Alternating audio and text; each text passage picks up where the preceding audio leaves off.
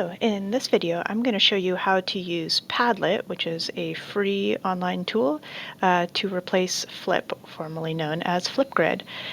We used to have a Padlet license at PVUSD, but we don't anymore. But don't worry, you can still use the free tool very efficiently. You're going to get started by going to padlet.com. From there, if you've never used Padlet before or you're not sure you've used Padlet before, you're going to click the Sign Up button and then click Sign Up with Google. If you already have used it before, when you sign up with Google, it'll recognize your account. If you know you've used it before, you can just go to the member login and log in with Google. All right, once you're in Padlet, you'll get taken to a dashboard that looks like this. It usually defers to your recent Padlets. I'm going to click on Made by Me so you can see all the ones that have been made by me. As part of the free version of Padlet, you get to have 3 active Padlets at one time.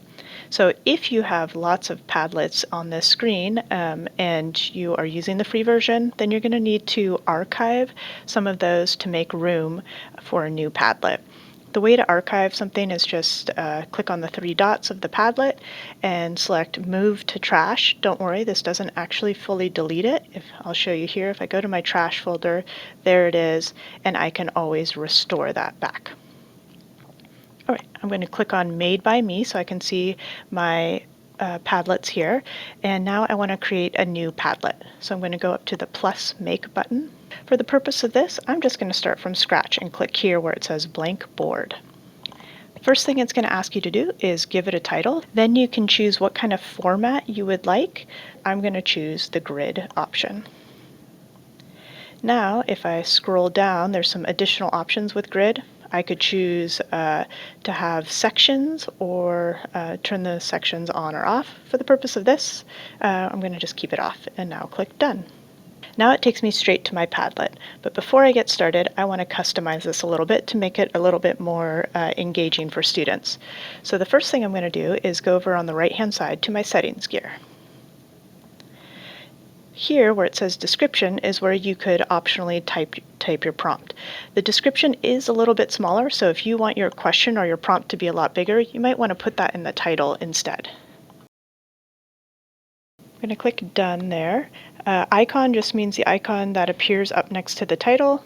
So if I click there where it says None, notice it's got lots of different emoji icons. I could search the web even and quickly search for a sea otter. All right, now I have my icon there. I'm going to click Save. Moving on down, I have wallpaper. So it automatically assigns a pretty basic wallpaper. You can open that up though, and you can choose another solid color. You can choose from different gradients. There's lots of different options here. I'm still not really finding something that I like there. So I can, again, go to search way at the bottom and search for an image that I want to use as my background. And then I'm going to click Save. Moving on down my options here, you can choose how you want to sort the students' posts. I always just like random.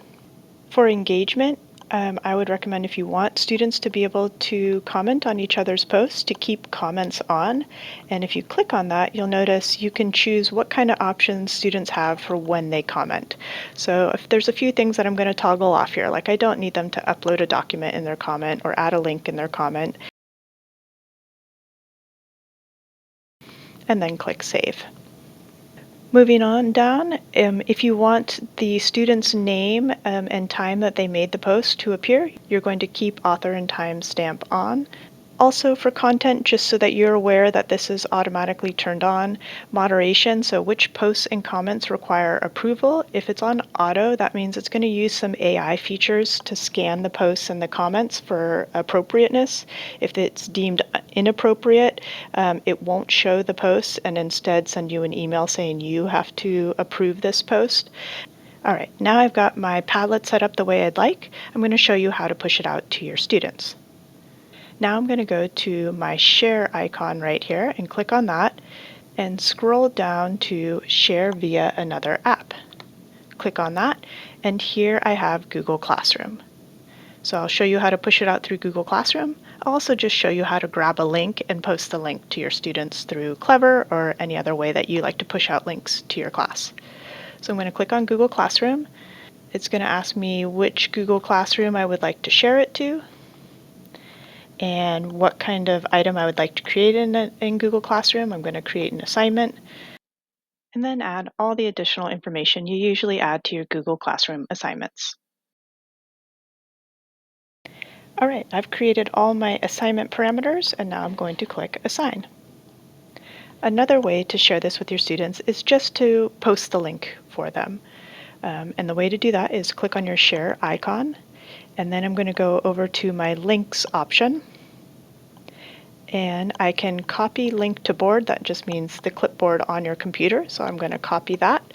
And then I could choose to paste that link into Clever or whatever other resources I use to push links out to my students. And just for proof of concept, I'm going to open up a new tab, paste that link, and you'll see it'll take me right there. So now I'm going to show you what this looks like from the student perspective. I'm logged in as a student and went to Google Classroom, and here I have that Sea Otter Adaptations assignment. I'm going to click on the link to open that up, and I'll get taken to this page here where I can see the title, the prompt, I can see my classmates' responses so far, and I can use the plus sign to add my own response. Here's one big gotcha with Padlet. If you want the display name to connect to their Google account and pull their accurate name at the top of their posts, you'll have to ask students to sign in first. If it doesn't matter to you that their name appears at the top of the post, then it will create just a generic name. So I'm circling here. In the example of this student, they did not sign in, which is why it just says Loyal Caterpillar. It gave them a random display name. So if you want the name to display, once kids click on that link, you want to encourage them to go to this sign up button right here, click sign up, and then sign up with Google. So to create the video, I'm going to click on my plus sign down here. Then I get some options of how I want to create a post. I'm going to click on this More Attachments where it says plus 13 and choose this, the video recorder option. And before I record, I get the option to add some fun filters. So you can click on these ones down here and find one that you like. Ooh, I think I'm going to go with this one. And then record. Once I'm done recording, I click that pause button and then I click next right up here. I can choose, since I paused my video, if I wanted to think about what to say next, and then I could choose to keep recording by clicking the record button again. But I'm done, so I'm going to go to my next button. I get to preview my video here, press play and listen to it and watch it. If I like it, I click save. If I don't like it, I can click my back button and re-record. But I'm going to click save. Now I can give my video post a title here. I could also choose to write a little caption for my video. And then when I'm ready to post this, I click the submit button.